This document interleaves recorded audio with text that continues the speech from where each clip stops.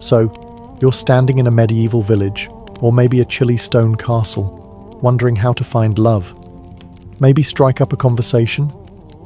Compliment someone's hose? Ask if they come here often?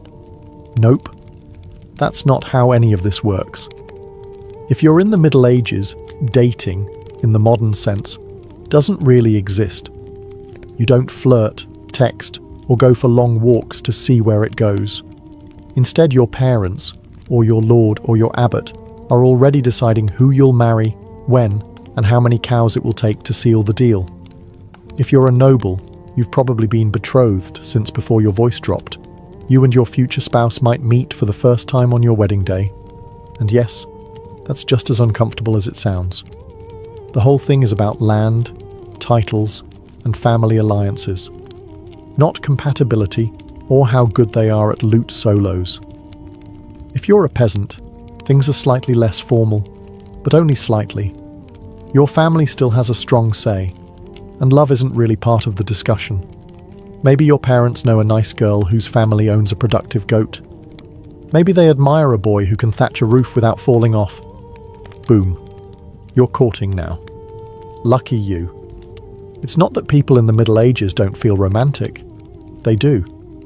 It's just not the priority. The goal is survival, inheritance, and social stability. Falling in love before marriage? That's risky. Falling in love outside of marriage? That's scandalous. Either way, it's frowned upon. Unless you're a character in a tragic poem, in which case, go wild. And yet, you dream. Maybe you write a little verse on a scrap of parchment. Maybe you sneak a glance across the market. Maybe, just maybe, you fall for someone who wasn't pre-approved by your family's livestock appraiser. But for now, you wait, you obey, you try not to fall for the miller's apprentice. Because in this world, love might be the goal of poets, but marriage is the work of parents, priests, and politics. So you think someone's cute. Maybe it's the way they balance a basket of onions on their head. Maybe it's the confident way they beat mud off a rug. Your medieval heart skips a beat. But steady yourself, because in this world, romance doesn't bloom without a balance sheet. Before you even think about courtship, you'd better ask, what do I bring to the table? And if your answer is a charming personality, you might want to sit down. If you're a young man, you'll need land, or livestock, or tools, or a roof that doesn't leak too much. Love letters are nice, but nothing says husband material like 2 healthy oxen and a roof that can survive a mild storm. If your father has already promised the best goat to your brother, well, you might want to consider the priesthood. If you're a young woman, your family needs a dowry. That could be coin, clothing, or a suspiciously generous number of geese. Doesn't matter how witty you are, if your family can't pay up, you're likely to spend a long time perfecting your embroidery alone. Now let's say you actually like someone who makes your calloused heart flutter. You lock eyes at the well. There's a spark. It's romantic. It's poetic. It's completely irrelevant, because unless your families are on equal financial footing, you might as well fall in love with a cloud. If you're noble, it gets worse. Your hand in marriage is tied to land, borders, and political favours. You're not just a person. You're a walking treaty. Congratulations. Even peasants aren't safe. Marriage is practical. You don't marry for butterflies. You marry because your pig pen borders someone else's wheat field. You dream of passion. You settle for irrigation rights. And yet, you try. Maybe you offer a small gift, a carved spoon, a handful of berries, or your finest slightly cracked mug. Maybe they smile. Maybe they don't. But the truth remains. In medieval dating, economics is the flirting, and love is just a bonus you hope your spouse develops eventually. So let's say you're not a peasant worrying about pigs or a noble dealing with treaties. Let's say you're a knight. Shiny armour, big horse, questionable poetry skills. What's your love life like? Welcome to the strange and emotionally exhausting world of courtly love. Now, this isn't dating. This is performance art. Courtly love was a noble pastime, part flirting, part spiritual suffering, and entirely impractical. You, the brave knight, choose a noble lady, usually one who's already married, and vow to adore her from afar. Not physically, of course. That would ruin everything. No, you're supposed to suffer. Elegantly. You might compose a few tortured verses about her silver laugh, or how her hair burns like the sun, which, in medieval terms, means she has hair and didn't insult your family. You wear her colours at tournaments. You pine. You sigh. You occasionally joust someone just because he glanced at her too long. The lady's role? She's supposed to pretend this is all very flattering while maintaining a level of icy detachment that would terrify a glacier. She may respond with a letter, a token, maybe a ribbon, but mostly she'll just be mysterious and unattainable, which is the entire point. The emotions are high, the actual contact, minimal. At best, you might get a nod from across the hall or a finger brushed against your gauntlet during a feast. Anything more, and suddenly it's not courtly love. It's a scandal. Or worse, adultery. And no one wants that. At least, not officially. This entire setup worked best when everyone involved agreed it was mostly pretend. It was a way to express longing, devotion, and creative angst, all without disrupting the social order. A medieval venting mechanism, if you will. Was it dramatic? Absolutely. Did it involve more poetry than practicality? Constantly. But for a knight stuck between battles and boredom, courtly love gave you something to write about, and someone to write for. Just don't expect a happy ending, or a kiss, or even eye contact. So you've fallen for someone. Great. Now comes the hard part, expressing that affection in a society where touching someone's hand without a chaperone is basically a declaration of war. Welcome to the medieval solution, tokens. Think of it as 12th century texting, slow, confusing, and open to wildly inaccurate interpretation. Let's say you're a knight and you're hopelessly in love with Lady Marjorie, of whatever her last name is.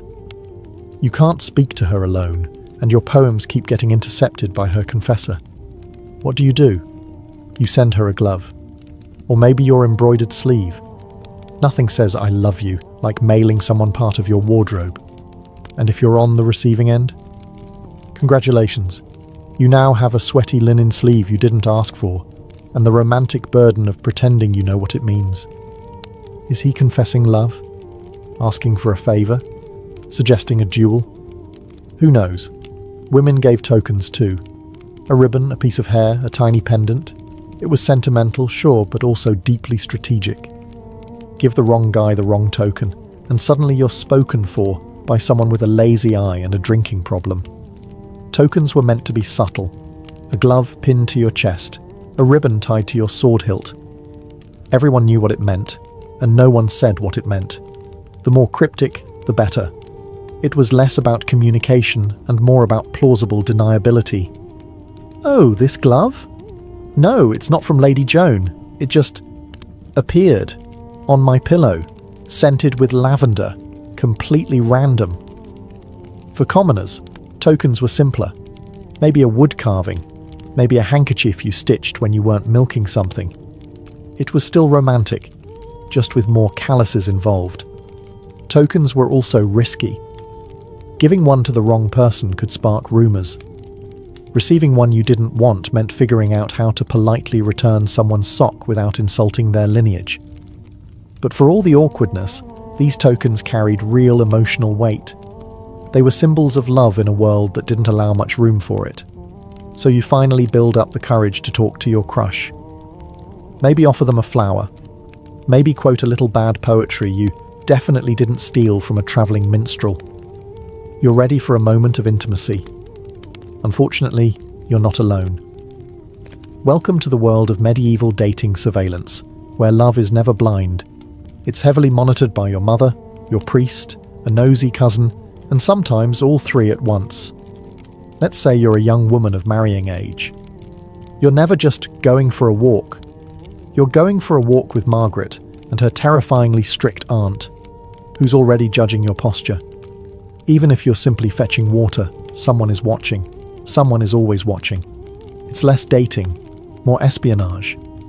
And if you're a man trying to court someone, better hope you have the approval of her family, her parish priest, and the local gossip network. You show up at her house with flowers? Her father's behind the door, sharpening something. Her mother's pretending to stir a pot that hasn't boiled in 3 hours. And the village priest just happens to be passing by, on his way to morning prayers, at sunset. The logic behind all this supervision was simple.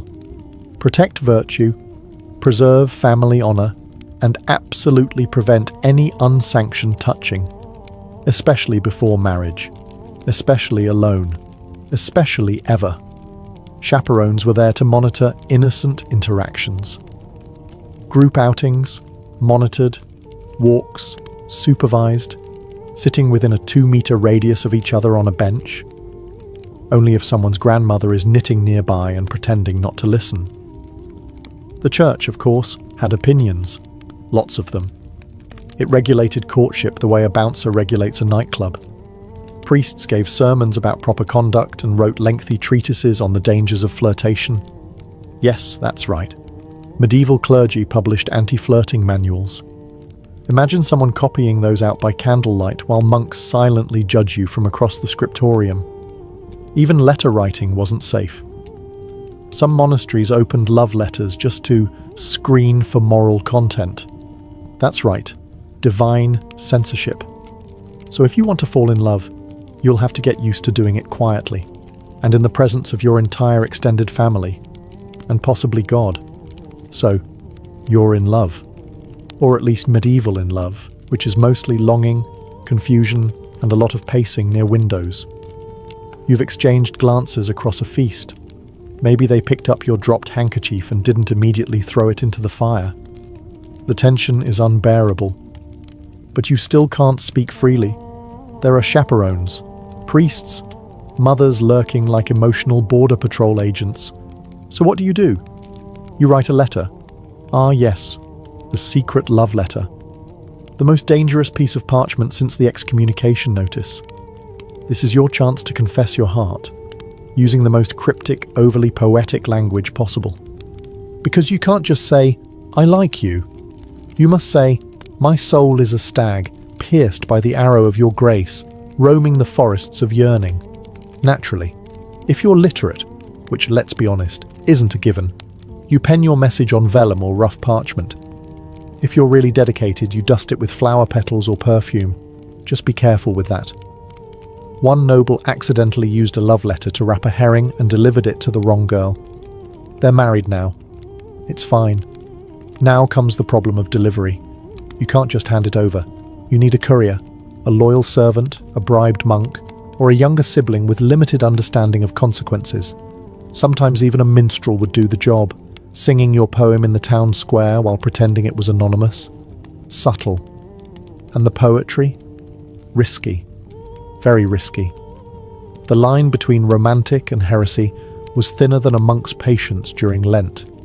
If your metaphor even hinted at anything physical, you might find yourself confessing to both lust and literary exaggeration.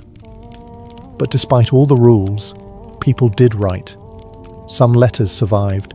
Some poems were copied and passed around like forbidden fruit. In a world of rigid roles and constant supervision, a folded scrap of words could feel revolutionary. So you write, you risk it. You press your trembling hand to the parchment and say everything you can't say aloud. Just don't sign it too clearly. You want romance, not a church trial. Finally, a break, a feast day, a harvest festival, a maypole dance. In short, a rare moment when your life isn't just work, prayer, and pretending you're not interested in the blacksmith's daughter. Today, you're allowed to flirt. Sort of. As long as no one sees. Or everyone sees, but pretends not to. Welcome to medieval festivals, where romance blooms under the watchful eyes of everyone you've ever met, and 3 chickens. Festivals were one of the few socially approved moments when men and women could mingle, laugh, and, dare we say, make eye contact. There's music, there's ale, There's someone wearing a flower crown with dangerous confidence. You've never seen so many people not pretending to be miserable. If you're a peasant, you might try to impress your crush by winning the sack race, catching a greased pig, or juggling 3 stale rolls of bread. Nothing says, "I'm available," like falling off a hay bale with dignity. Dancing was your best shot at actual physical contact. The rules were rigid, but a well-timed spin or a not-quite-accidental hand graze could say more than any poem. The maypole dance, for example, was basically a giant excuse for coordinated flirtation wrapped in ribbons and plausible deniability. And if you're noble? Your version of flirting at a festival involved less hay and more poetry. You might compose a verse on the spot, compare your lady's eyes to twin candles, or other glowing things, and offer a trinket. Hopefully not one that was clearly made by your servant 5 minutes earlier. Food helped too. Offer your beloved a meat pie, or share a honey cake. If they accept it with a smile, you're doing well. If they hand it to their dog, start over with someone else. But remember, everything you do, someone is watching. A parent, a priest, a bard with a big mouth. One misstep, and your flirty smile becomes a youthful indiscretion discussed at church for the next 6 weeks. Still, for a few hours you can pretend. Pretend you're in a world where love isn't a transaction, where laughter isn't suspicious, and where dancing in public doesn't end in penance. Let's say you're not a knight, a noble, or a bard with a lute and excessive feelings. You're a regular villager. You wake up with the cows, go to bed with the chickens, and spend most of your day ankle-deep in mud. You're not looking for a poetic soulmate. You're looking for someone who can milk a goat without emotional drama. Welcome to peasant courtship, where romance is practical, gestures are modest, and chemistry means we can survive winter together. In your world, dating is less about long conversations and more about shared tasks. You notice someone you like because they work hard, don't complain much, and have a decent set of teeth. That's it. That's the whole checklist. You're not picky. You're realistic. You don't need fireworks.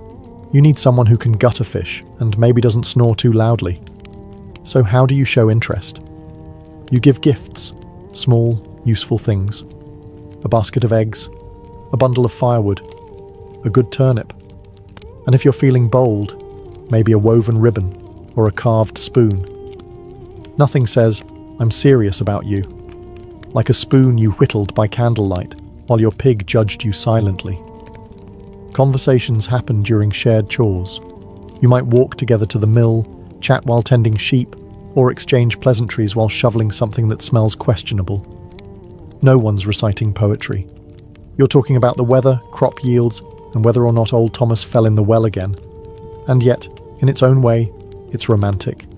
There's a sweetness in the simplicity. A shared life built not on idealism, but on cooperation. You know each other's strengths, weaknesses, and how fast they run when a goat escapes. Proposals often came quickly. If you both agreed, and the families did too, marriage followed. Maybe you moved into a shared hut. Maybe you built a new one from scratch with help from the village. You brought your best blanket. They brought a goat. Together, you began the strange miracle of domestic survival. It's not glamorous, but it's honest. You've done it. You found someone who can cook, clean, tolerate your family, and doesn't visibly recoil at the sight of your feet. True love, right? Now it's time to get married, which, in medieval terms, means you're entering into a contract. Not a dreamy vow under the stars. A legally binding transaction, often negotiated with all the passion of a livestock auction. If you're a peasant, it's still a big deal. You gather a few witnesses, talk to the local priest, and try not to trip over the Latin during the ceremony. But behind the sweet-sounding blessings is a serious checklist. Dowry, land rights, who gets the cow, and what happens if someone dies during planting season. Ah yes, romance. If you're from the upper class, buckle up. Your marriage is a full-blown legal negotiation. Your parents, their parents, the priest, a scribe, maybe a cousin who once studied law. They're all in on it. The bride and groom, mostly just standing nearby, looking decorative and nodding when spoken to. You may or may not have even met the person you're marrying. Your family has done the math. Your estate needs her fields, her dowry balances your debts, and both of your coats of arms look good next to each other.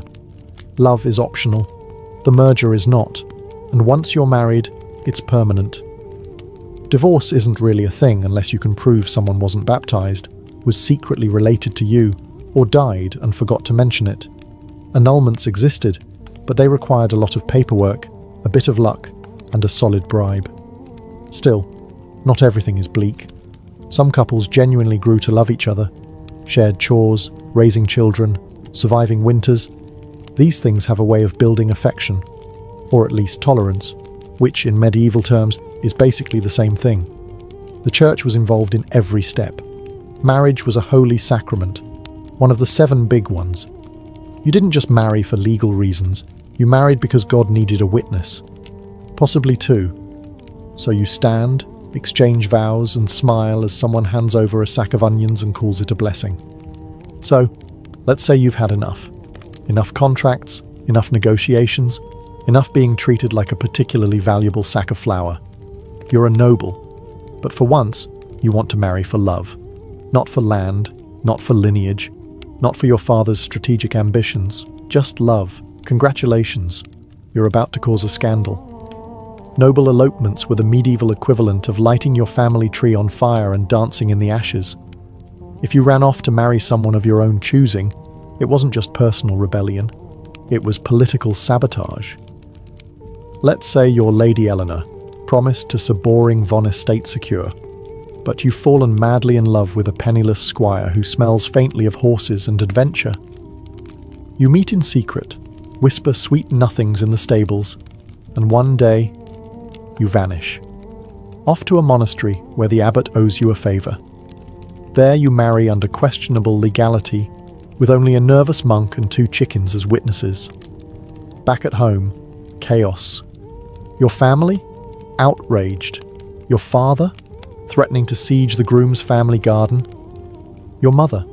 Crying into her embroidery hoop. The church? Deeply concerned. The gossip?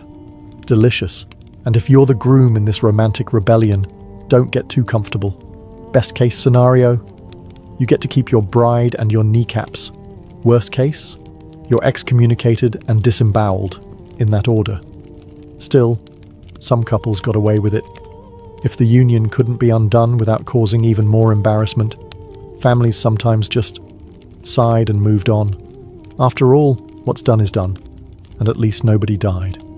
Hopefully. In rare cases, these scandals became legends. Songs were written, poems composed, stories whispered at banquets. 2 nobles who chose love over duty. Practically mythological. And yes, most noble marriages were transactional, but these moments, brief rebellions, passionate escapes, whispered vows beneath moonlit towers, they reminded the world that love, though inconvenient, refused to go extinct.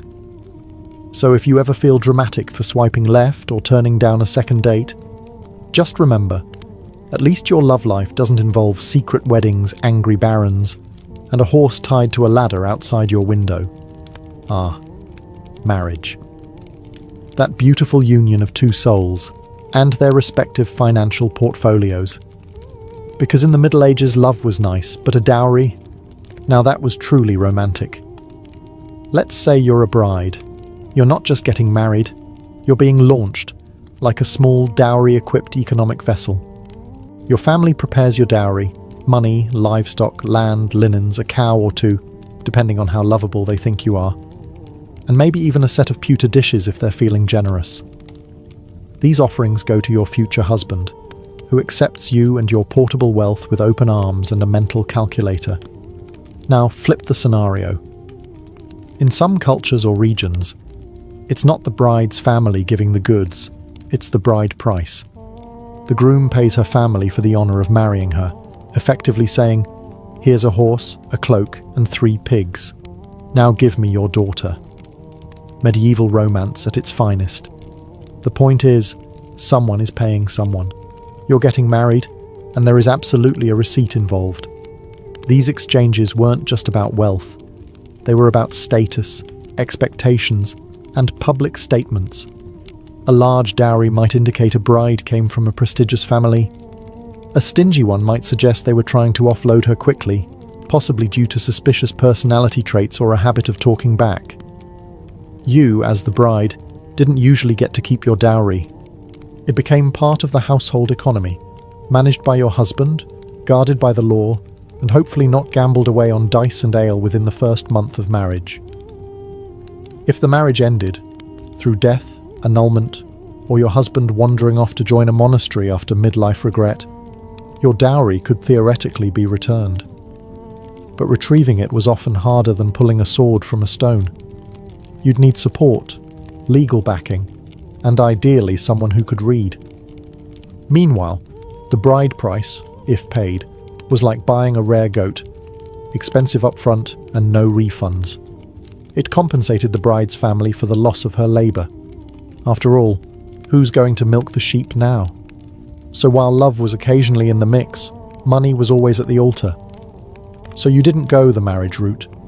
Maybe you were the second son, or your dowry was suspiciously small, or you just really liked chanting. Either way, you've joined a monastery or convent. Congratulations, you've now taken a vow of poverty, chastity, and an aggressive disinterest in romance.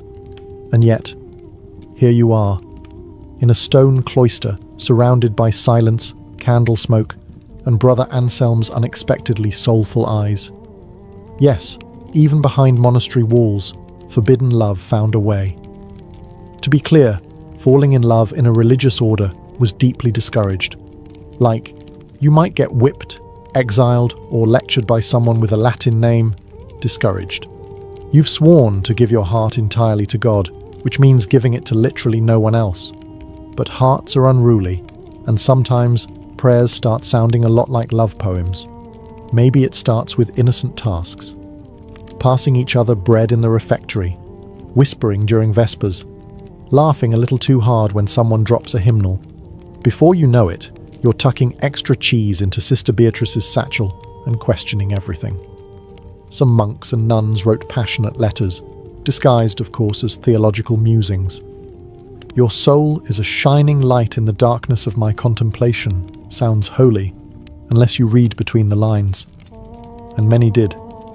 There were, inevitably, scandals, secret meetings in the herb garden, midnight confessions that weren't strictly sacramental, and the occasional gasp-worthy discovery of a nun with a suspiciously round belly. The punishment, usually harsh, exile, public penance, or being reassigned to some far-off abbey known mostly for sheep and silence. Still, not all stories ended in disgrace. Some lovers escaped. A few even got married after being defrocked. Most, though, returned to their cloisters, red-faced and redevoted, swearing that the whole thing was just an overzealous theological debate. Because in the end, monastic life was about discipline. But humans are humans, even in robes, even in silence. And sometimes a quiet glance across the chapel was more thrilling than any tournament or courtly poem. You did it. You got married. There was a priest, a pig roast, and someone spilled mead on your mother's only nice cloak. But now it's been a few months, or years, and something feels off. Maybe your spouse snores like a dying lute. Maybe they forgot to mention their chronic gambling problem. Or maybe you just realized that marrying for land and sheep doesn't automatically result in romantic bliss. Either way, welcome to the world of medieval marital disappointment. Now, don't go reaching for the divorce papers, because they don't exist. At least, not in any form you'd recognize. Marriage was a sacred and unbreakable bond, approved by the church, sealed by God, and enforced by public shame. You could try for an annulment, but you'd need a very good reason. We don't get along doesn't cut it. You'd have to prove that one of you was underage, already married, too closely related, which happened disturbingly often, or, best case scenario, never consummated the marriage, which meant someone had to confirm that fact, in writing, possibly under oath. Good luck. If you're a noble, it gets messier.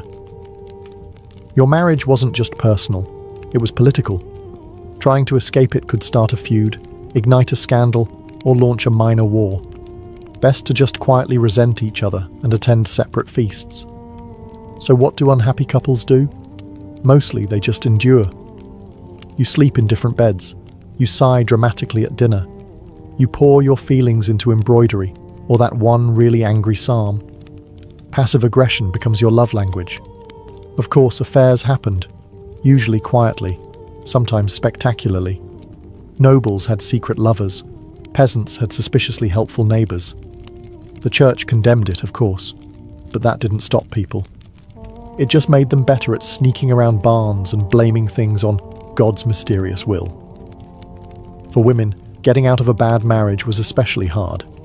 Even if your husband was violent or vanished, society expected you to stay loyal, silent, and mildly pious while surviving off bread crusts and disapproval. Still, some people made it work. Marriages weren't always happy, but they could become partnerships, forged by hardship, habit, and the shared experience of hauling firewood in the rain.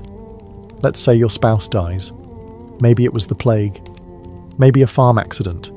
Maybe they tripped over a goose in the dark. However it happened, you're now widowed. And suddenly, the medieval dating pool opens back up. Being a widow in the Middle Ages was oddly liberating. Not do whatever you want liberating, but certainly more freedom than you had before. For women, especially, widowhood often brought a taste of independence. Managing land, making decisions, even speaking in public without being immediately shushed. And if you were young-ish and still had teeth, you could remarry, quickly, very quickly. Mourning periods existed, but so did survival instincts. A widow with land and no husband was basically a walking treasure chest. Suitors appeared with alarming speed, some sincere, others just very enthusiastic about your dairy cows. If you're a man and recently widowed, society practically pushes you back into marriage. Who else is going to cook, clean, and raise the 11 children you somehow accumulated? So you start looking. Maybe the baker's daughter, maybe that quiet widow who always brings suspiciously good mead to market. Romance in second marriages could be surprisingly sweet. This time around, you're older, wiser. You're not being pushed into an alliance. You're choosing someone to survive with. Maybe even someone you like. Wild concept. Of course, there were rules. The church frowned on remarriage that happened too quickly. Like, your spouse isn't cold yet. Quickly. And widows often had to negotiate with family over dowries and inheritance. Nothing says romantic second chance like arguing with your brother-in-law over who keeps the butter churn. But still, second marriages were common, even expected. Life was short, winters were long. No one wanted to spend them alone if they didn't have to. And yes, love was part of it. Maybe not the swooning, sonnet-writing kind, but the quiet kind, based on shared stories, mutual respect, and the understanding that both of you had already seen some things. So you light the fire, pour the soup, and try again. Not because it's perfect, but because it's human. You've made it this far, survived the contracts, the courtships, the chaperones, and possibly a dramatic barn elopement. But before you fall for someone new, ask yourself the most medieval question of all. Are you cosmically allowed to love this person? Because in the Middle Ages, love wasn't just a matter of the heart. It was a matter of stars, bones, and whether or not your grandmother saw a fox this morning. Let's begin with astrology. Yes, before you kissed anyone, you might want to consult the local monk astrologer. Are your signs compatible? Is Venus in retrograde? Was your beloved born under an unlucky moon? If so, better to marry someone less cursed. Love is hard enough without planetary sabotage. Then there were birthmarks, mysterious little symbols that might identify you as your soulmate's long-lost twin, or their destined executioner. Superstitions were flexible like that. But the church had its own checklist. You couldn't marry your cousin, or your second cousin, or your fourth cousin twice removed, unless you had special permission, which the wealthy often bought, because loopholes. So before things got serious, you'd probably need to draw a family tree and then quietly erase parts of it. Social status also mattered, deeply. A noble could not fall in love with a peasant without it being declared either a miracle or a moral failing. Cross-class romance was rare, scandalous, and only acceptable if it later became a tragic folk song. And then there were the omens. If a raven flew overhead while you were thinking about someone, bad sign. If you dropped bread at dinner while glancing at your crush, forget it. That's a cursed union.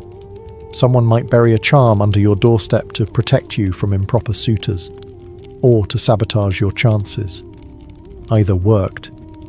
Love, in this world, wasn't just personal. It was mystical. Everyone had an opinion. The stars, the saints, the weather, and that one woman in the woods who definitely wasn't a witch, except she probably was. But despite all the rules, signs, and whispered warnings, people still loved. Clumsily, bravely, often against advice. Because medieval or not, the heart remains wonderfully disobedient. You've probably heard of Alexander the Great, maybe even Julius Caesar. But have you ever heard of the woman who allegedly chopped off the head of Cyrus the Great and dunked it in blood? Her name was Thamyris, and she didn't rule from a throne gilded in gold or within high-walled cities. No, her court was the open sky, her army was the wind, and her power came not from titles, but from pure, unshakable authority. She was queen of the Massagetæ, a confederation of nomadic tribes who roamed the steppes of Central Asia. Think horse archers, tattooed warriors, ritual feasts, and battlefield justice. Thamyris didn't inherit her power from a pampered courtier system. She rose through grit, leadership, and possibly a healthy dose of "don't mess with me" energy. Her people were tough, accustomed to harsh winters, long migrations, and enemies on every side. But even among such people, she stood out. She was a warrior, a lawgiver, and a ruler in her own right. No husband overshadowed her. No brother guided her hand. Now, to be clear, much of what we know about Thamyris comes from the Greek historian Herodotus, a man not exactly known for his strict fact-checking. But if even a fraction of his account is true, then Thamyris wasn't just a queen. She was a storm in human form. At the heart of her story is this. A foreign superpower was growing stronger by the day. The Achaemenid Persian Empire, led by Cyrus the Great. He had already conquered Lydia and Babylon, and now his gaze turned east. The Massagetæ were next on his list. But Cyrus didn't fully understand what kind of woman he was dealing with. Before the first arrow flew, before the first spear shattered, and before her son's death changed everything, Thamyris was already preparing for war. Not because she wanted conquest, but because she refused submission. She wasn't just defending territory, she was defending a way of life. And as Cyrus would soon learn, there are some queens you just don't invade. Cyrus the Great had a reputation. He wasn't just any king, he was a conqueror's conqueror. The kind of man who could stroll into ancient cities, topple empires, and still get remembered fondly by historians. So when he looked east toward the land of the Massagetæ, he didn't exactly expect resistance. After all, who could possibly say no to the man who had taken Babylon without even breaking a sweat? Cyrus sent a polite offer first, because of course, every good imperialist starts with a smile. He proposed a political marriage between himself and Thamyris. Now you might think, that's romantic. But Thamyris saw right through it. She understood that this wasn't about love or even alliance. It was about control. If she married Cyrus, her kingdom would become just another province of the Persian Empire, and she, a trophy queen. She declined, firmly. Cyrus, unaccustomed to rejection, didn't take it well. If he couldn't charm her into submission, he would take her kingdom by force. He crossed the Araxes River, which separated his empire from the lands of the Massagetæ, and established a foothold. But Thamyris wasn't idle. She gathered her warriors, consulted her chiefs, and prepared for what she knew was coming: war. Then came the bait. Cyrus, under the guidance of his general Harpagus, laid a trap. He left a portion of his army behind, with a lavish camp overflowing with wine and food, luxuries that nomads rarely indulged in. Tomyris' son, Spargapaises, led a detachment to investigate. They raided the camp, took the supplies, and fatally drank the wine. The Persians returned at just the right moment.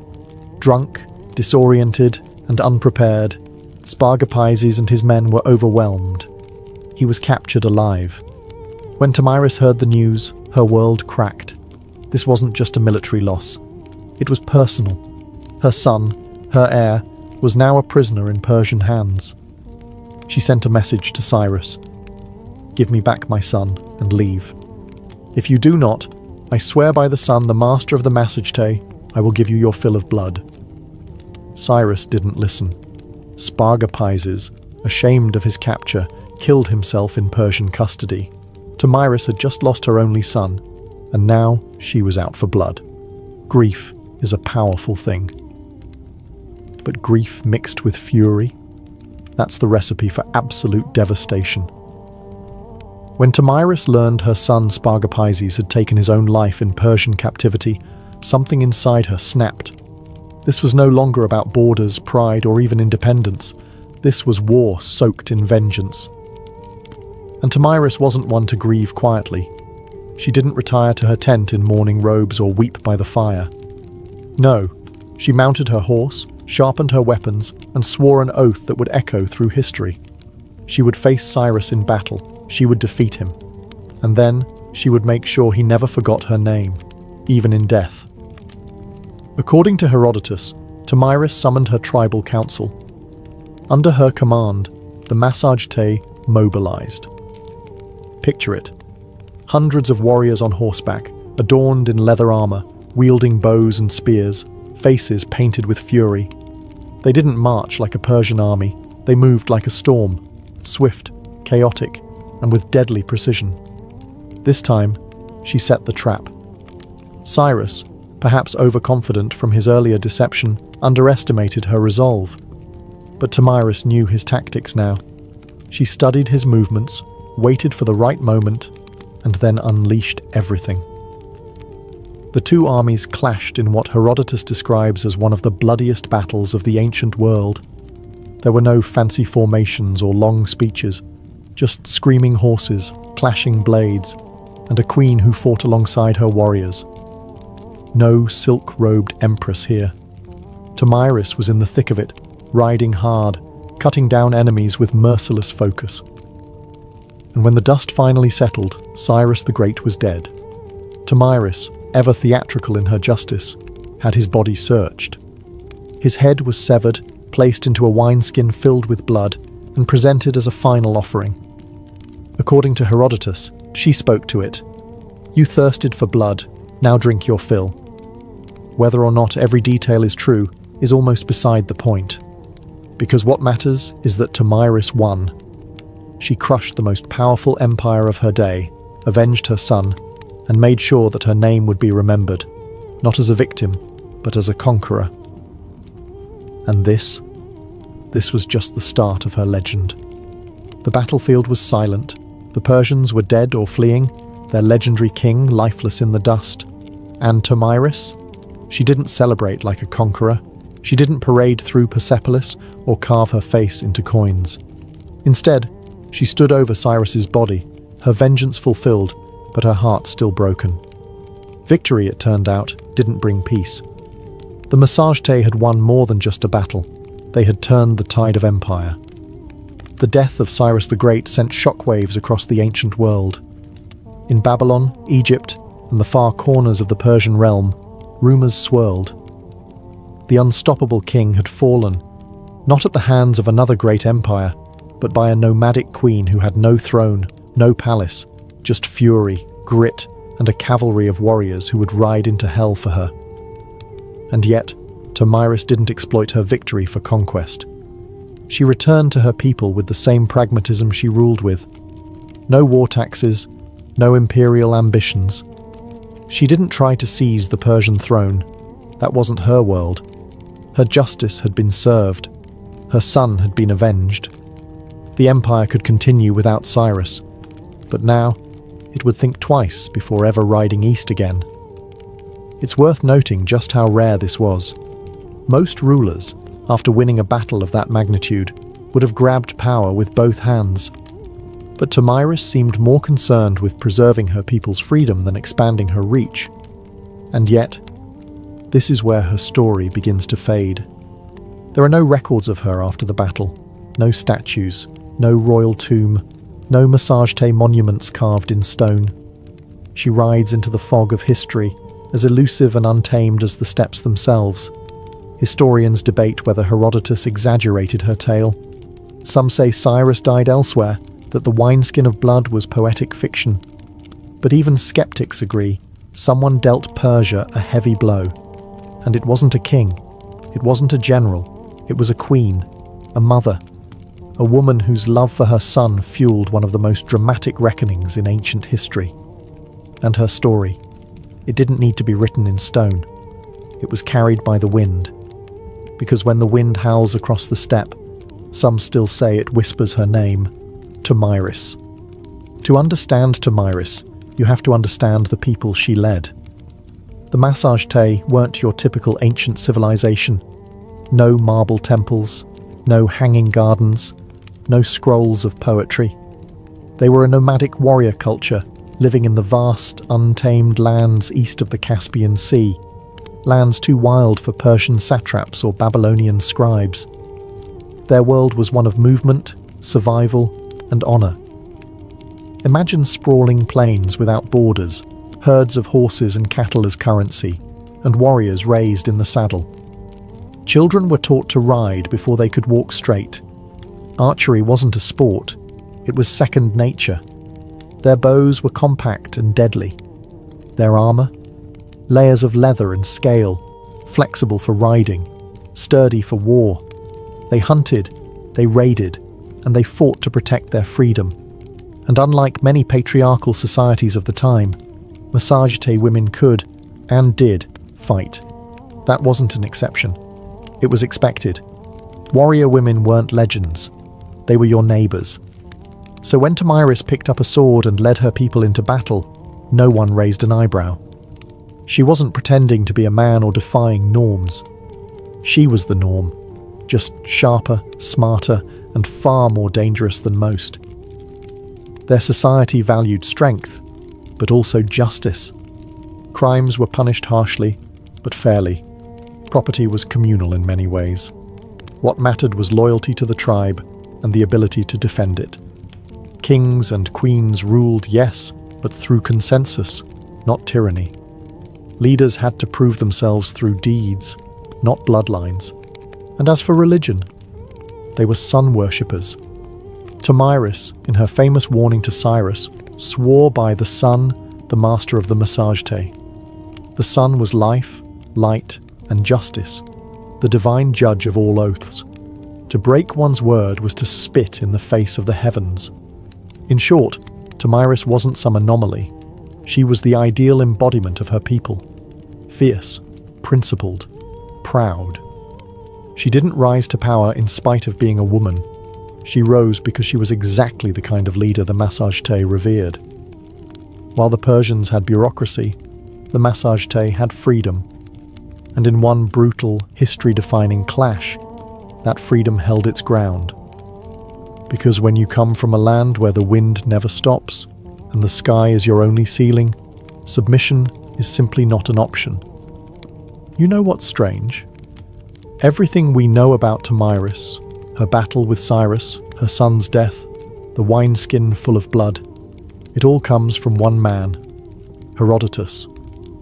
Now, Herodotus is often called the father of history, which sounds great until you realize he's also the father of hearsay, myth, and dramatic flair. The man loved a good story, and if that story involved divine omens, gory revenge, or queens shoving heads into blood, well, even better. So, how much of Tomyris's tale is true? That depends on how much you trust a Greek writing decades after the events, who had probably never met a single massage tay in his life. Herodotus relied on second-hand accounts, travelers' tales, and whatever rumors were circling the Persian Empire. To him, history wasn't just a record, it was a performance. Still, here's the thing. He chose to tell her story. In a world brimming with male warlords, tyrants, and kings, Herodotus went out of his way to spotlight a steppe queen who brought down one of the greatest rulers in history. That's not nothing. But let's zoom out. Why did this tale spread so widely? Simple. It had everything. A noble woman, a tragic son, a cunning enemy, a battle to the death, a gory finale worthy of any Greek tragedy. If you were living in Athens or Thebes and heard this tale from a travelling bard, you'd remember Tomyris forever, not because she wore a crown, but because she dared to defy a superpower and won. And over time, her story morphed. Medieval chronicles painted her as a savage Amazon. Renaissance artists depicted her drenched in blood, holding Cyrus's head like a trophy. She was exotic, fearsome, iconic. Yet through all the retellings, something real clings to her legend. Maybe not the exact dialogue, maybe not the wineskin, but the bones of the story, the queen, the sun, the war, the victory, feel too specific, too human, to be pure invention. In the end, Herodotus didn't just preserve Tomyris, he mythologized her. And while that may blur the lines between fact and fiction, it also ensured that her name would live far longer than Cyrus's imperial edicts. Because history forgets generals, but it remembers vengeance. For a queen with no surviving monuments, Tomyris has haunted the imagination of empires for over 2,000 years. Renaissance painters adored her. She was a dramatic muse, perfect for the bloody climax of a canvas. In 1622, Rubens painted her calmly holding a severed head, while courtiers looked on in awe. In another, she stands regal and composed, while Cyrus's decapitated head is ceremonially dunked into a golden vessel brimming with blood. Tasteful? Maybe not. Memorable? Absolutely. To European artists, Tomyris wasn't just a historical figure. She was symbolism incarnate. A woman who punished pride, a savage noble, a cautionary tale. A feminist icon, depending on who was holding the brush. She could represent the righteous fury of a mother, the barbarism of the East, or the wisdom of a ruler who refused to be bought. Writers loved her too. In the 18th and 19th centuries, she appeared in plays, novels, and philosophical tracts. Enlightenment thinkers debated whether she was proof that women could govern wisely, or a reminder of what happens when emotions rule leadership. Either way, she stayed in print. But oddly enough, her own people left no records. The Massagetae faded from history, absorbed or erased by later nomadic cultures. No carved inscriptions, no burial mounds with gold plaques saying Tomyris was here. Her memory survived entirely through outsiders' eyes, and yet she kept reappearing. In Soviet-era Central Asia, Tomyris was reclaimed as a symbol of resistance against imperialism. Statues of her were erected in Kazakhstan and Turkmenistan. Modern scholars re-evaluated her not as a bloodthirsty barbarian, but as a legitimate head of state, a woman who ruled, led armies, and negotiated from a position of strength. She has appeared in everything from documentaries to video games. In one moment, she's a playable leader in a strategy game. In the next, she's being analysed in academic journals on gender and power. That's range. And here's the strange part. We still don't even know what she looked like. No coins, no busts, no carvings. But we know what she stood for. Strength, vengeance, autonomy, legacy. In a world that forgets queens who behave, Tomyris is remembered because she did not. She didn't ask to be part of history's art gallery. She kicked the door down and posed for the bloodiest portrait ever painted. Tomyris wasn't the first woman to lead warriors into battle, and she certainly wasn't the last.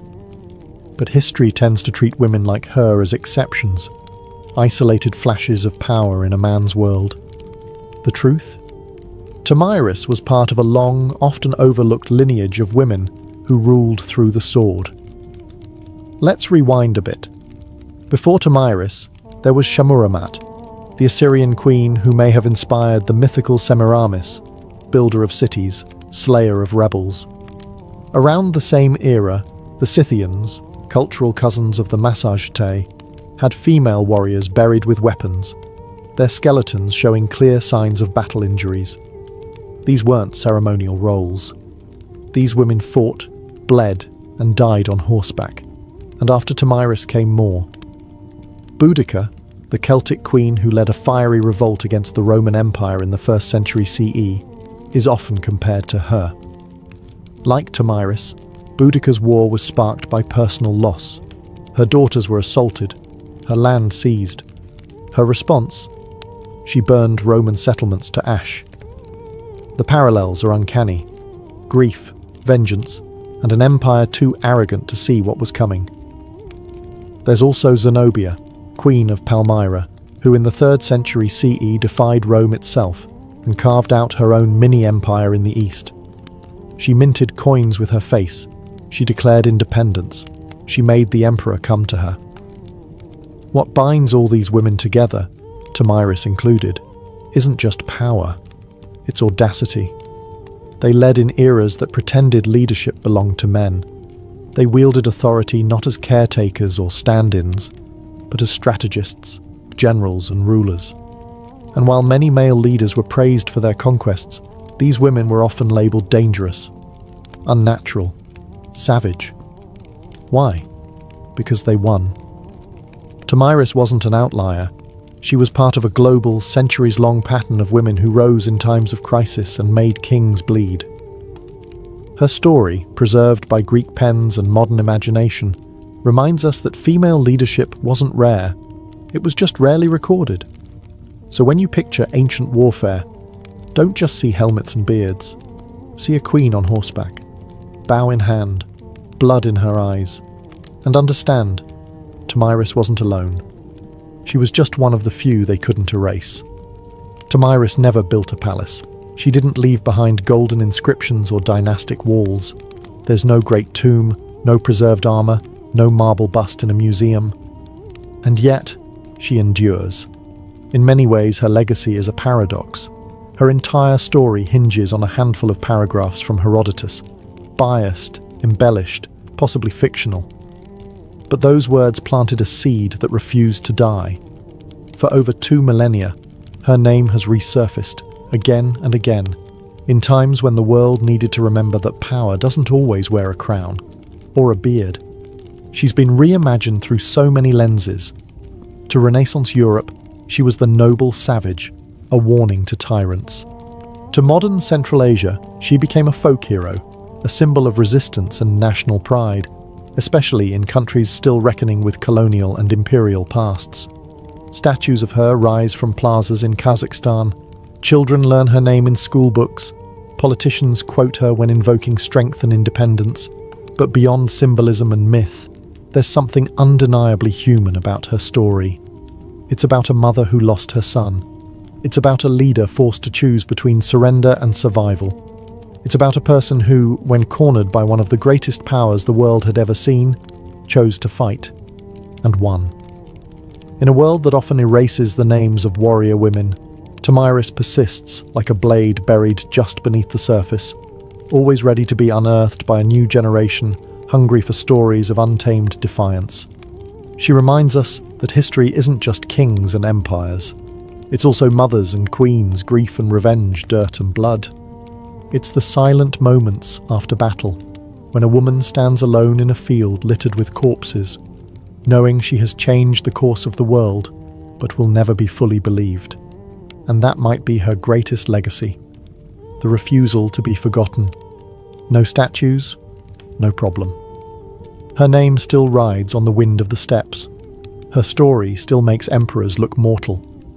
And her legend still whispers the warning, "Come for me, and you'll drink your fill of blood." So the next time you hear of a great king's downfall, remember, sometimes the final blow comes not from a rival empire, but from a queen on horseback, lost to history, but never truly gone. Imagine a life where your walls are made of felt, your roof is stitched from hide, and your front door opens to the horizon. There are no cities, no farmland, no stone monuments to pass on to the future, just the rhythm of hooves, the whisper of grass, and the ever-changing sky. For ancient nomadic cultures, permanence was a myth, and mobility was strength. From the Eurasian steppes to the Arabian deserts, ancient nomads shaped entire civilizations without leaving a single marble temple. These weren't rootless wanderers. They were strategic movers, guided by the seasons, the grazing patterns of their herds, and an intimate understanding of terrain. Their homes were yurts, tents, or wheeled wagons, foldable fortresses designed for life on the move. Cattle, sheep, goats, and most of all horses were the pillars of nomadic life. A person's wealth was counted in livestock, not land. Horses were more than tools. They were companions, weapons, and status symbols. To ride well was to survive. To ride best was to rule. But being mobile didn't mean being disorganized. Nomadic societies had complex social structures. Power usually flowed through clans and tribes, with leadership often based on merit and influence rather than strict heredity. A chief or khan might rise through tactical brilliance, oratory skill, or sheer charisma. Loyalty was personal, earned in campfire councils and on wind-scoured battlefields. And far from being isolated from the world, nomads were its connective tissue. They moved silk from China, spices from India, silver from Persia, and slaves from Europe. Nomadic caravans and traders were the original transcontinental couriers, long before empires caught on. And when trade broke down, they raided, swift, strategic, and terrifyingly efficient. Their history wasn't written in stone. It was sung, recited, and remembered. Elders passed down legends and laws through oral tradition. A tribe's entire legal system, history, and identity could be carried in the mind of a single bard or elder. Stories weren't entertainment. They were instruction, governance, and identity. In the eyes of empires, nomads were unpredictable, alien, and dangerous. But to themselves, they were guardians of freedom, masters of adaptation, and heirs to the wind. They left few ruins behind, but they reshaped the world every time they rode. Long before the Mongols thundered across Eurasia, the Scythians ruled the wind-swept steppe. Between the 9th and 2nd centuries BCE, these nomadic warriors dominated the lands stretching from the Black Sea to the edges of Central Asia. To the Greeks, they were fearsome horsemen and exotic barbarians. To themselves, they were a people of freedom, vengeance, and pride. Scythian society was built around mobility and violence. Their horse culture was unmatched. Boys learned to ride before they could walk properly. Their weapons were practical and deadly. Short composite bows, ideal for shooting while galloping at full speed, curved swords, battle axes, and iron-tipped spears. The Scythian warrior wasn't just a man either. Archaeological finds confirm what Herodotus hinted at. Women fought too. Some graves reveal female skeletons buried with weapons, showing battle wounds that only came from real combat. They didn't build cities, but their kurgans, burial mounds, have preserved their legacy. Beneath these mounds, archaeologists have found gold, intricate tattoos on preserved skin, embroidered garments, and elaborate weaponry. Their art style, full of swirling animals and predatory symbolism, reflects a life bound to nature and the hunt. But the Scythians weren't just wild raiders. They were diplomats, mercenaries, and traders, especially with Greek colonies along the Black Sea. They sold furs, slaves, and grain, and in return imported wine, pottery, and luxury goods. Greek writers both admired and feared them. Herodotus wrote of their strange customs, like drinking the blood of enemies or using scalps as napkins. but he also praised their justice and loyalty to kin. Their religion was primal and animistic. They worshipped gods of war, fire, and fertility. Some rituals involved cannabis smoke, others horse sacrifice. Their worldview was cyclical and tied to the land, not in terms of ownership, but sacred movement. Eventually, they faded. Pressured by other nomadic groups like the Sarmatians and boxed in by growing empires, the Scythians dissolved into history. But they set the standard for the steppe warrior archetype. A mobile, deadly, fiercely independent fighter with no master and no fixed home. They didn't write books. But when you see a mounted archer silhouetted against the steppe, that shadow is Scythian. They were the storm before the empire. While the Scythians ruled the grasslands, the Bedouins carved their legacy into sand. Originating in the vast deserts of the Arabian Peninsula, the Bedouin were not merely wanderers. They were engineers of survival, mastering some of the most inhospitable terrain on Earth. Unlike the mounted thunder of steppe nomads, the Bedouin life was quieter, more deliberate. It was built around the rhythms of the desert, drought and rainfall, grazing routes, and the movements of stars. Their home was the black goat hair tent, or Beit el-Sha'ar, portable, breathable, and easy to pack. Life moved with the camels, known as the ships of the desert. Camels were transport, food, clothing, and currency all at once. The Bedouin were famed for their tribal structure. Everything revolved around the clan. Loyalty to kin came before all else. Honor, or sharaf, wasn't just a word. It was the social glue. A single insult could start a blood feud. But generosity to guests, karam, was just as sacred. A stranger could expect food, water, and protection for 3 days. No questions asked. Their warfare was rooted in the raid, or gazu, fast, strategic attacks designed to capture goods and livestock without unnecessary bloodshed. Battle wasn't about mass slaughter. It was about survival, prestige, and honor. A successful raid elevated a man's status. A failed one could stain a tribe's reputation for generations. But Bedouin life wasn't all conflict and sandstorms.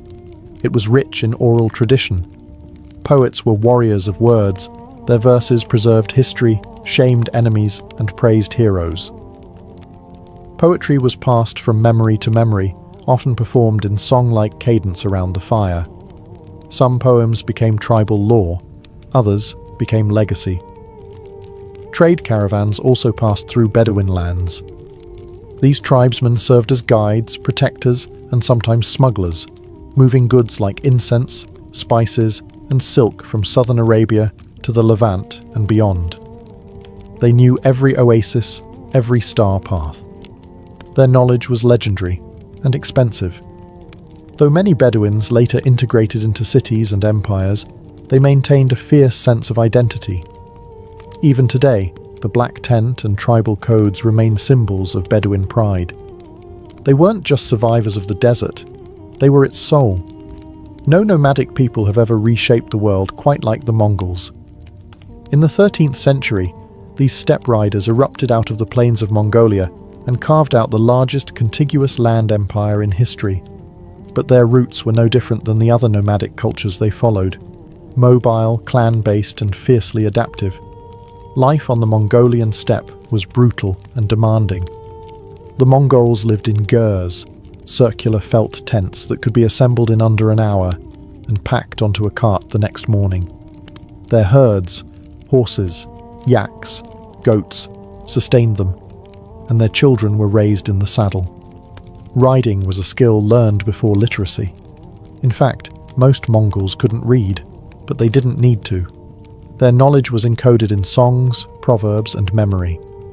What made the Mongols different was how they weaponized mobility. Under Genghis Khan, tribal divisions were shattered and reorganized into a new merit-based system. Loyalty to tribe was replaced by loyalty to the Khan. And with that, the world changed. Mongol warfare was a ballet of speed and deception. Their horse archers could fire accurately at full gallop, fake retreats to lure enemies, and travel over 100 miles a day. But they weren't just raiders. They were strategists. They used scouts, spies, signal flags, and psychological warfare with terrifying precision. Once they began conquering cities, they adapted quickly. Siege engineers from China and Persia joined their ranks. The Mongols learned how to build catapults, flaming arrows, and battering rams, and used them with chilling efficiency. But here's the twist. They weren't just destroyers. The Mongol Empire connected the world in ways never seen before. They revived and protected the Silk Road, ensuring safe passage from China to Europe. Goods, ideas, and even diseases like the Black Death traveled their vast network. They introduced paper currency, passport systems, and religious tolerance across their realm. A Muslim merchant, a Christian priest, and a Buddhist monk could all travel safely under Mongol rule, as long as they didn't rebel. And yet, they remained nomads at heart. Even as they governed empires, Mongol rulers still returned to their tents, their herds, and the open steppe. They conquered cities, but never truly belonged to them, because no matter how high they climbed, they always rode with the wind at their backs. To the sedentary empires, nomads were either useful or dangerous, and sometimes both at the same time. But to nomads, the line between trade and raid was negotiable. One day, they'd escort your caravans across the desert. The next, they'd plunder your border towns. It all depended on the mood, the season, and how well you paid. Trade was vital to nomadic life. Most nomads couldn't grow grain or make pottery. They needed tools, textiles, spices, and luxury goods. In exchange, they offered livestock, furs, leather, salt, and exotic items like falcons or rare horses. Some traded directly with empires. Others operated as middlemen between distant regions, forming crucial links along the Silk Road, incense route, and other transcontinental paths. But these weren't simple merchant caravans. They were armed convoys, ready to defend themselves or attack, depending on the situation. A tribal leader might negotiate with a border governor one week, then raid his storehouses the next. Empires called this treachery. Nomads called it options.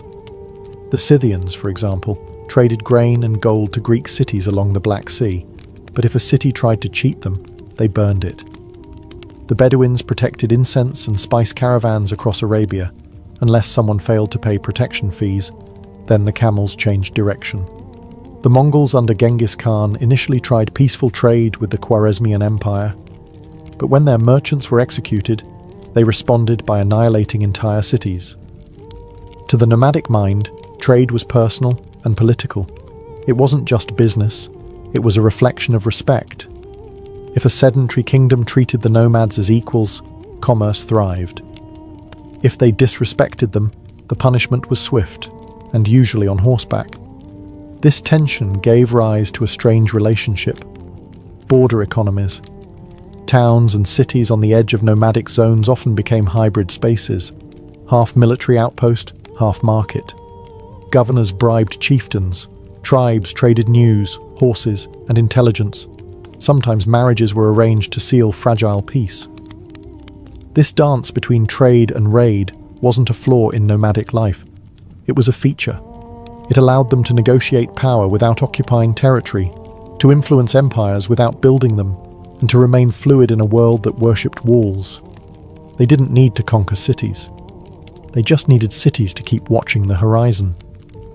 In a world without libraries, scrolls, or printing presses, how do you preserve your history? For nomadic cultures, the answer was simple and incredibly powerful. You remember it. Oral tradition wasn't just a storytelling tool for ancient nomads. It was their library, courtroom, constitution, and mythos, all rolled into one. From the Scythian grasslands to the Mongol plains and the Bedouin deserts, memory was sacred, and the tongue was sharper than the sword. Elders were more than old men and women. They were archives in human form. They knew lineages stretching back a dozen generations, war stories that shaped tribal identity, and proverbs that guided decisions in peace and battle alike. These weren't campfire tales told for amusement. These were lessons, warnings, and laws. Among the Bedouins, poetry was king. A well-crafted verse could shame an enemy, honor a fallen warrior, or settle a dispute. Poets, or sha'ir, were advisors to tribal leaders, remembered more clearly than many chiefs. Their words could ignite war or stop it cold, and their memory, flawless. Entire epics were passed down word for word, generation after generation. The Mongols were no different. The great work known as The Secret History of the Mongols was first preserved orally, only written down later. It tells not just the rise of Genghis Khan, but the cultural values of loyalty, fate, revenge, and ambition that defined their world. It isn't a dry historical record. It's a living saga, originally recited by heart to teach and unify. Even the Scythians, who left almost no written records, maintained detailed oral accounts of their migrations, battles, and alliances. When Greek writers like Herodotus described their tales, they were capturing echoes of a far older spoken tradition. History passed through campfires, not chiseled in stone. Oral tradition had its risks. Memories faded, stories evolved. But it also had one massive advantage. It lived. It was adaptable, flexible, and deeply human. It allowed nomadic societies to retain identity even after migrations, defeats, or cultural absorption. Empires may have fallen and their archives turned to dust, but nomadic stories survived, not because they were written down, but because they were woven into breath. And as long as someone remembered, nothing was truly lost. In many ancient civilizations, women were confined to the background, silent, veiled, or confined behind palace walls. But in nomadic societies, the story was often very different. On the move, everyone worked, and that meant women held power too. From the Scythians to the Mongols, archaeological and historical evidence shows that nomadic women were not just mothers and wives. They were riders, warriors, shamans, diplomats, and clan leaders. Life on the move didn't allow for idle hands. Every member of the community, regardless of gender, had to contribute to survival, warfare, and governance. Take the Scythians, for example. Burial sites across the Eurasian steppe have revealed women buried with swords, arrows, and armor, their bones showing injuries from combat. These weren't symbolic burials. These women fought. Greek historians were so intrigued and terrified that they crafted entire myths about Amazons, fierce warrior women supposedly descended from these nomadic tribes. In Mongol society, women managed the encampments while the men were away raiding or conquering. But even at the highest levels of power, women left their mark. Genghis Khan's daughters and daughters-in-law often ruled territories, led armies, and conducted diplomacy. One of the most powerful women in Mongol history, Sorghaghtani Beki, was a strategist and kingmaker who raised emperors and brokered alliances. Among the Bedouins, women had fewer public leadership roles, but still wielded influence through poetry, family alliances, and the sacred traditions of hospitality. A woman's tent was her domain. Her ability to manage resources, uphold honor, and raise future warriors made her a central figure in tribal life. In some tribes, women could initiate divorce, control property, and even own camels, the ultimate symbol of wealth and survival. Religion also gave nomadic women spiritual authority. In various Turkic and Siberian steppe cultures, female shamans played crucial roles as healers, spirit guides, and keepers of ancestral wisdom. They weren't fringe mystics. They were respected pillars of the community. In short, mobility created necessity, and necessity gave rise to equality, at least more than what was seen in most empires of the time. The unpredictable nature of nomadic life demanded flexibility. If a man fell in battle, a woman stepped up, without ceremony, without asking permission. In these windswept societies, a woman could be the hand that rocked the cradle and the hand that drew the bow. For nomadic peoples, spirituality was not tied to temples or sacred buildings. It was woven into the land, the sky, and the journey itself. When your life is in constant motion, your gods ride with you. Nomadic belief systems were typically animistic and nature-based, rooted in the cycles of the seasons, the behavior of animals, and the rhythms of survival. The wind wasn't just weather, it was a messenger. Mountains were guardians, rivers carried spirits, fire was sacred, life was a dialogue with the unseen. Among the Scythians, described by Herodotus, worship centered on a pantheon of gods tied to the natural world. Tabete, the goddess of the hearth, likely equivalent to Hestia, and Papaios, the sky god. Rituals often involved horse sacrifice, cannabis smoke, and sacred oaths sworn under open skies. Their spiritual world was visceral, earthy, and direct. No priests in robes, just warriors and shamans calling to the heavens. The Bedouins, before the rise of Islam, practiced a form of polytheism centered around local deities and tribal idols. But above all, they revered the unseen, the mysterious forces of fate and nature. Jinn, or spirits, were believed to dwell in rocks, windstorms, and lonely places. Poets and seers were thought to be inspired, sometimes even possessed, by these entities. Hospitality wasn't just a custom, it was a spiritual obligation. In Mongol culture, the spiritual world was structured around Tengrism, the worship of Tengri, the eternal blue sky. Tengri wasn't a god you prayed to in a temple. He was the sky itself, ever present, watching and judging. Genghis Khan claimed his right to rule came from Tengri. Mongols also revered earth spirits, ancestral ghosts, and the sacred fire in the center of every tent. Shamanism played a vital role. Shamans were healers, spirit guides, and political advisors.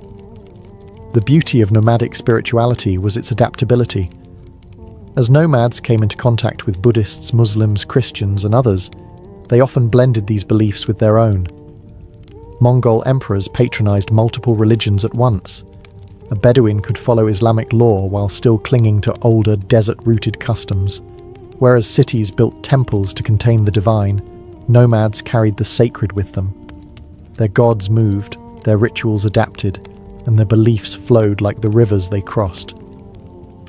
Because to a nomad, faith didn't need four walls, just sky above, earth below, and memory in between. They didn't leave behind pyramids or cathedrals. You won't find their capitals on modern maps. And yet, the legacy of ancient nomadic cultures is written all over history, in the flow of trade, the scars of conquest, and even the languages we speak. Nomads were not historical footnotes. They were architects of disruption, reshaping entire continents through movement. The Silk Road? That wasn't just a route for silk and spices. It was a highway built by hooves, maintained by the diplomacy, muscle, and local knowledge of nomadic tribes. Without them, East and West might never have met. Empires feared them, and for good reason. The Scythians, Xiongnu, Turks, and Mongols all challenged the myth of urban superiority. Their victories exposed a fundamental truth.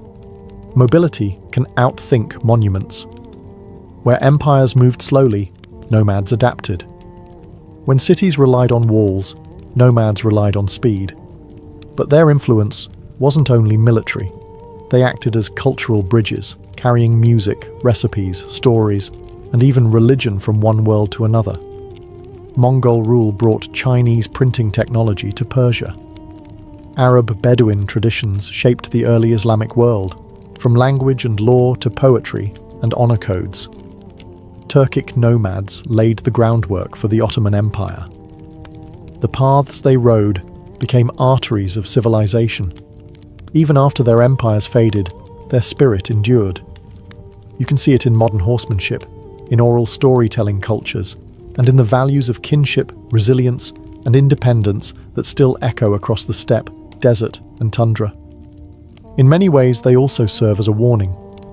They remind us that no structure is permanent, not even the grandest empire. They proved that the wind could erase borders, and that power didn't need to be carved in stone to be real. Today, many nomadic peoples still exist, though fewer in number and often under pressure from modern borders, climate change, and urbanization. Yet their descendants carry traditions older than most nations. Hospitality to strangers, reverence for animals, and stories that ride through generations like horses through fog. So when you study history, don't just look at the walls, the temples, the thrones. Look between them. That's where the nomads lived, and that's where history moved. In the mid-1800s, America was a country divided, not just by politics, but by terrain. The East bustled with cities, factories, and ports. The West was a wild expanse of mountains, deserts, and goldfields. And between them stretched over 1,700 miles of unforgiving wilderness. To journey from New York to California meant weeks on a ship around Cape Horn, or months in a wagon, dodging disease, bandits, and dust. But the dream was there, a railroad that would tie the country together, steel rail by steel rail, a direct line from coast to coast, unthinkable to some, inevitable to others. Visionaries believed it could unite the Republic, speed up communication, move armies, open new markets, and settle the untamed frontier. To build it, however, would require more than ambition. It would take money, labor, land, and political power. That last part came with the Civil War. In 1862, while the nation was tearing itself apart, Abraham Lincoln signed the Pacific Railway Act. The law authorized two railroad companies, the Union Pacific and the Central Pacific, to start building from opposite ends of the country. The Union Pacific would head west from Omaha, Nebraska. The Central Pacific would go east from Sacramento, California. They would meet in the middle. To fuel the construction, the government offered massive land grants. For every mile of track laid, each company received up to 640 acres of public land and generous loans. The race was on, not just to unite the country, but to claim land, money, and history itself. On paper, it was a marvel of infrastructure. In reality, it was about to become one of the most grueling construction efforts in American history. Workers would blast through mountains, bridge vast plains, and brave bitter winters and scorching deserts. Thousands of immigrants and laborers would be brought in to do the work. The rewards would be monumental, but so would the human cost. And for the indigenous nations living on the land where the tracks would cut through like a scar, this was not progress. It was a warning. In 1862, the idea still sounded like a gamble, but within 7 years, two lines would meet in the Utah desert and change America forever. While the Union Pacific had the flat plains of Nebraska ahead of them, the Central Pacific faced a far more brutal challenge from the very start: the Sierra Nevada mountains. These weren't gentle hills. They were towering granite peaks, prone to avalanches, snowdrifts, and back-breaking terrain. And this was before dynamite was even invented. Construction began in Sacramento in 1863, but the real wall stood just 80 miles east. The Sierras were a formidable barricade, and every mile of track laid felt like a war against nature itself. To conquer this obstacle, the Central Pacific needed labor, a lot of it. At first, they hired mostly Irish immigrants and white laborers, but many quit, unable or unwilling to face the grueling conditions. That's when the company turned to a new workforce: Chinese immigrants. By 1865, over 10,000 Chinese laborers were building the railroad, more than 80% of the Central Pacific's entire workforce. They were paid less than white workers, often lived in more dangerous conditions, and faced deep racism. But they proved indispensable, showing incredible skill, endurance, and discipline. Their work was heroic and horrific. They carved tunnels through solid rock using only hand tools and black powder. The most infamous, Tunnel Number 6, took nearly 2 years to complete. In winter, snowdrifts reached 40 feet. Workers lived in camps buried beneath snow, connected by vertical shafts like chimneys. Dozens died in avalanches, explosions, and rock slides. And yet, the line advanced. To speed progress, Chinese crews suspended themselves in baskets over cliffs, chipping away at stone inch by inch. When they couldn't go around a mountain, they went through it. When they couldn't level terrain, they built wooden trestles that soared above ravines. It was some of the most dangerous and underappreciated labor in American history. Few records exist of individual Chinese workers. No statues were built for them at the time. But without their hands, the transcontinental dream would have died in the Sierras. By 1867, the Central Pacific finally emerged from the mountains. What lay ahead was desert, harsh, dry, and deadly, but flat. The worst was behind them. The race to the meeting point was truly on. While the Central Pacific was battling granite and snow in the west, the Union Pacific had its own gauntlet to run. Starting from Omaha, Nebraska, the company laid track westward through the Great Plains, a land that seemed endless, flat, and deceptively simple. But the challenge wasn't the geography. It was people, politics, and power. The Union Pacific hired largely Irish immigrants, former Union soldiers, and freedmen. Many were veterans looking for steady pay after the Civil War. Crews could lay 2, sometimes even 3 miles of track in a single day. The wide-open plains allowed speed, but they also exposed the workers to raids, starvation, and environmental extremes. This was indigenous land. The Pawnee, Cheyenne, Arapaho, and Lakota Sioux had hunted, lived, and died on these plains for generations. And to them, the railroad was not progress. It was an invasion. The track cut directly through tribal hunting grounds. The smoke-belching engines frightened buffalo herds. Telegraph poles and surveyors disrupted sacred spaces. Tribes saw what was coming. Settlers, soldiers, fences, and displacement. Resistance was inevitable. The Lakota Sioux, under leaders like Red Cloud, fought back fiercely. They raided camps, attacked surveying teams, and tore up rails. In response, the US government built forts along the route and stationed troops to guard the track. Railroad construction became a militarized operation, with track layers working under the protection of armed guards. It was a low-grade war, fought with rifles and treaties that never lasted. For the indigenous nations, the railroad represented a death sentence for their way of life. And they were right. Still, the Union Pacific pushed forward. Financially backed by massive federal loans and led by men like Thomas Durant, the company laid track at breakneck speed. Crews lived in temporary towns, dubbed Hell on Wheels, which sprang up overnight and disappeared just as fast. Gambling, whiskey, and violence followed the workers like a dust storm. By 1867, Union Pacific had reached Cheyenne and was headed into Wyoming. The mountains loomed in the distance, but the real mountain they were climbing was political. How do you unite a nation when you're laying rails over the bones of another? For the Union Pacific, the answer was simple. Lay the track, don't look back. The story of the Transcontinental Railroad is often told with golden spikes and great men in top hats. But the real story? It's soaked in sweat, muscle, and pain. Much of it provided by men whose names were never recorded, whose graves were never marked, and whose stories were buried beneath the tracks they built. On the Central Pacific, it was the Chinese laborers who did the impossible. Nearly 15,000 of them, most hailing from Guangdong province, endured freezing temperatures, deadly explosions, and racial hostility while tunneling through the Sierra Nevada. They earned less than white workers, received no recognition, and were often housed in separate, inferior camps. But they persisted, quietly, skillfully, and relentlessly.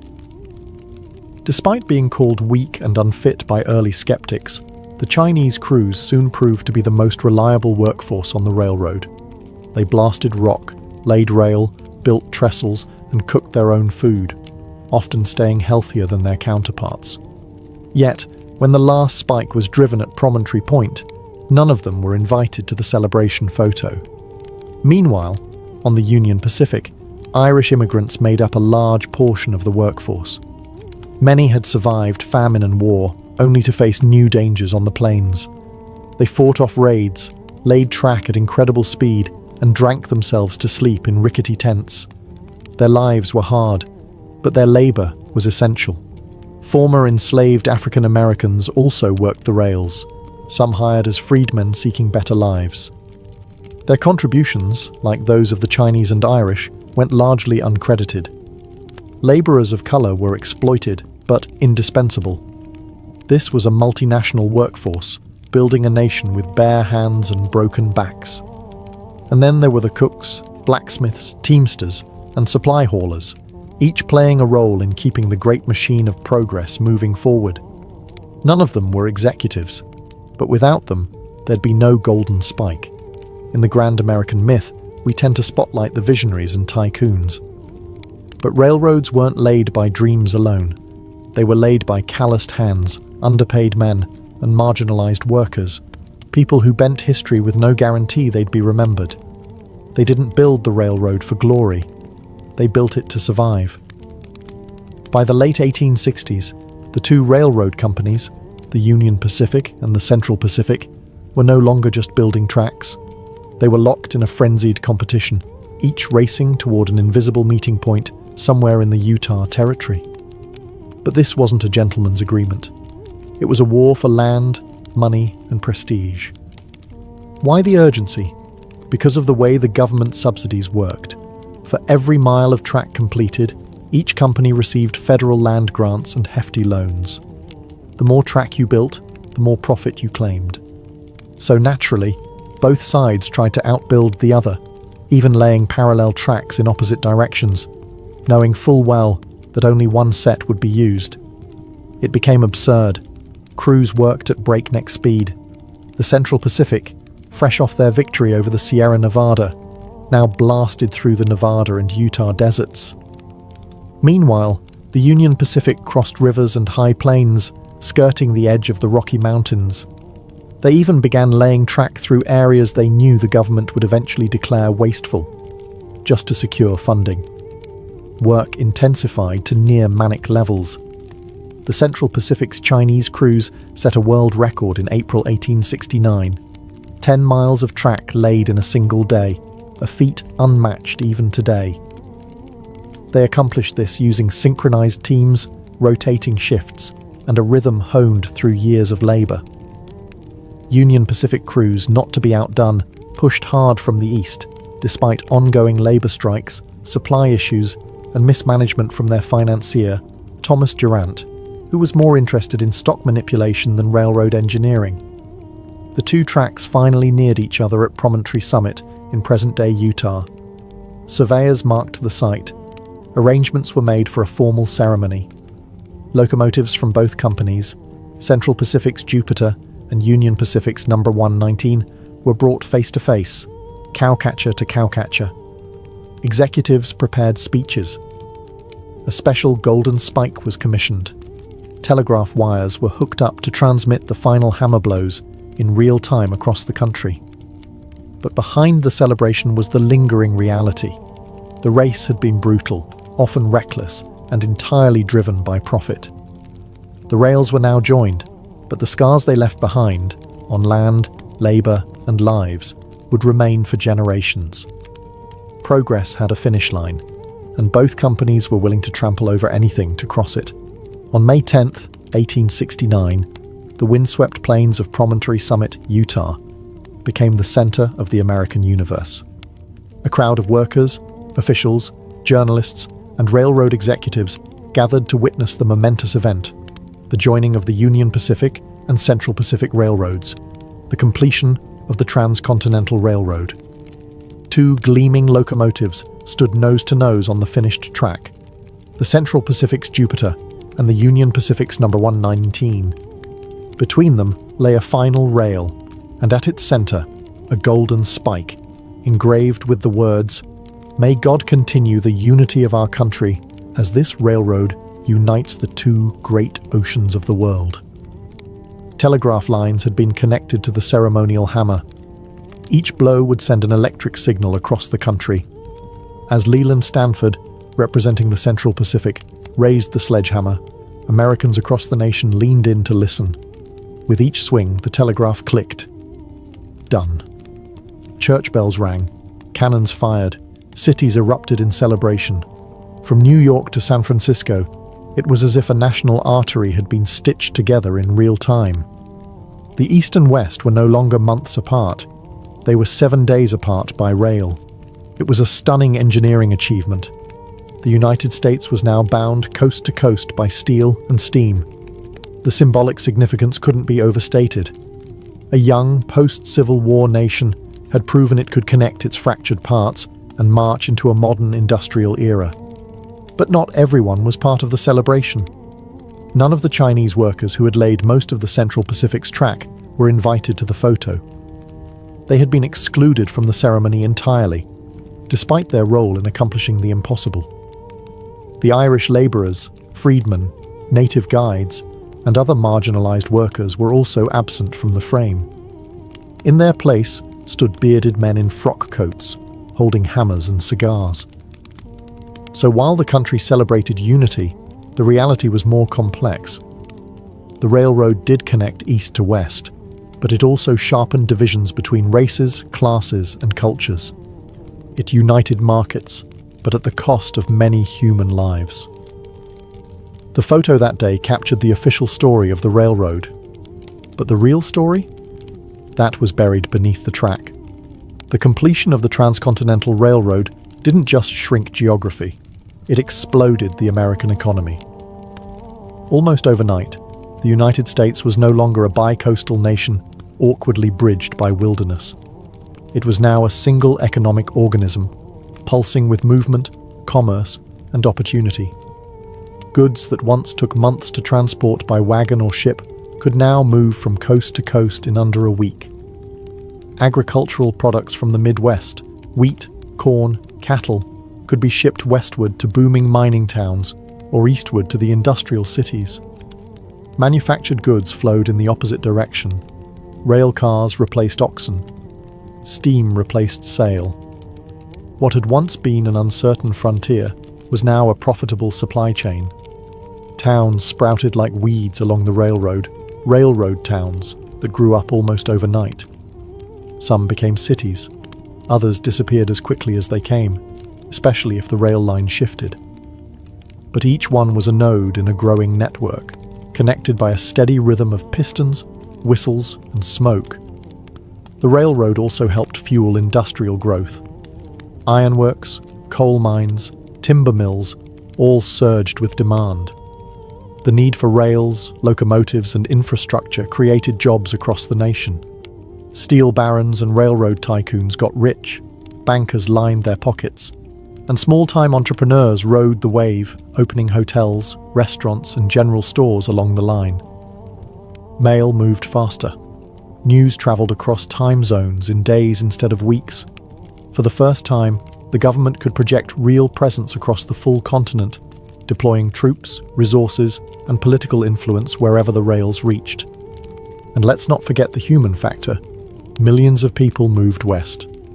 Immigrants from Europe who once landed in New York now saw a direct path to land and labor in California, Oregon, and the Western Territories.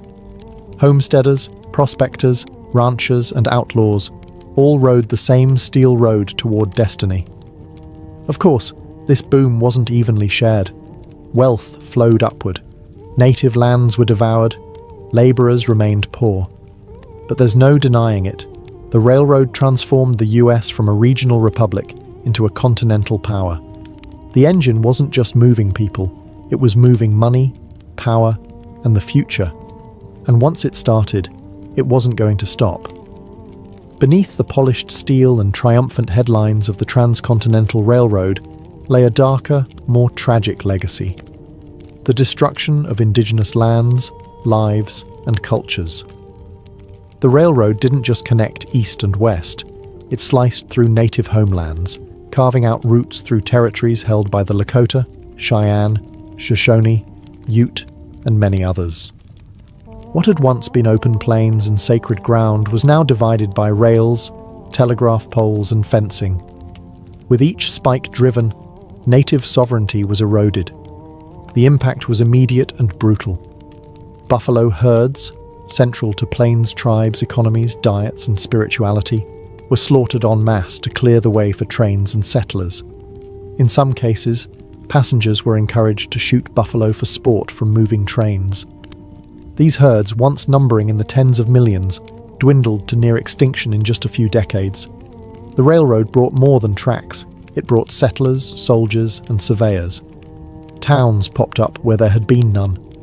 Homesteaders, empowered by the federal government, staked claims on tribal lands. What treaties hadn't taken, the railroad now absorbed. And with settlers came enforcement, military garrisons sent to protect the tracks and suppress any resistance. Conflicts erupted. The Sioux, Cheyenne, Arapaho, and other tribes fought back in what became a series of bloody wars, some labeled uprisings, others outright massacres. From Red Cloud's War to the Battle of Little Bighorn, the railroads were both the battleground and the prize. Eventually, resistance was crushed. Indigenous nations were confined to reservations, often hundreds of miles from their ancestral lands. The psychological toll was immense. Sacred sites were desecrated, hunting patterns were broken. Nomadic cultures, built around seasonal migration and vast open space, were forced into fixed locations under constant surveillance, and all of it was justified in the name of progress. The Transcontinental Railroad was hailed as a marvel of American ingenuity, but it came at the cost of 1,000 nations' dreams. It wasn't just the iron that cut through the land, it was the erasure of a way of life, replaced by timetables and timbers. History books often praise the railroad for uniting a nation, but for native peoples, it tore theirs apart. When the final spike was driven at Promontory Summit in 1869, it wasn't just the end of a railroad, it was the beginning of a new American identity, faster, hungrier, and increasingly shaped by steel and steam. The Transcontinental Railroad shrank the country. What had once taken 6 months by wagon or ship now took 7 days by rail.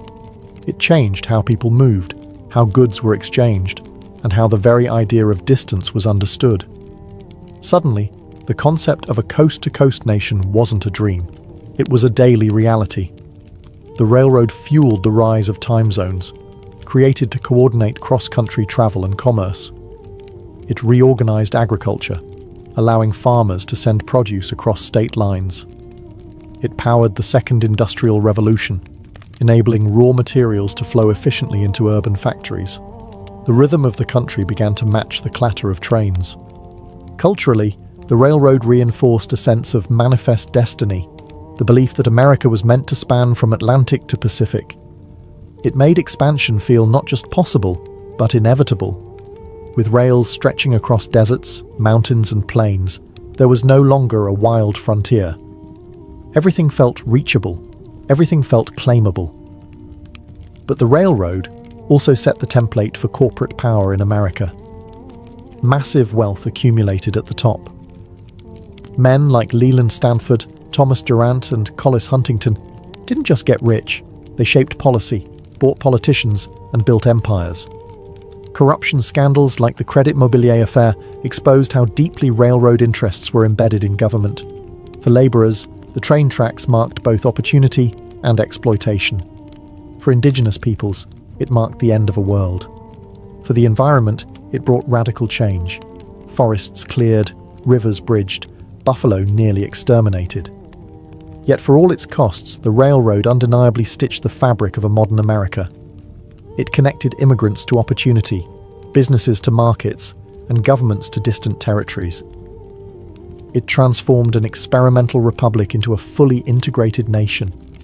The iron rails didn't just carry passengers, they carried ambition, destruction, hope, and hubris. The railroad was both a triumph and a tragedy. And once those twin locomotives touched cowcatchers in the Utah desert, the country was never the same again. The nation was transformed, not by war or election, but by iron and fire.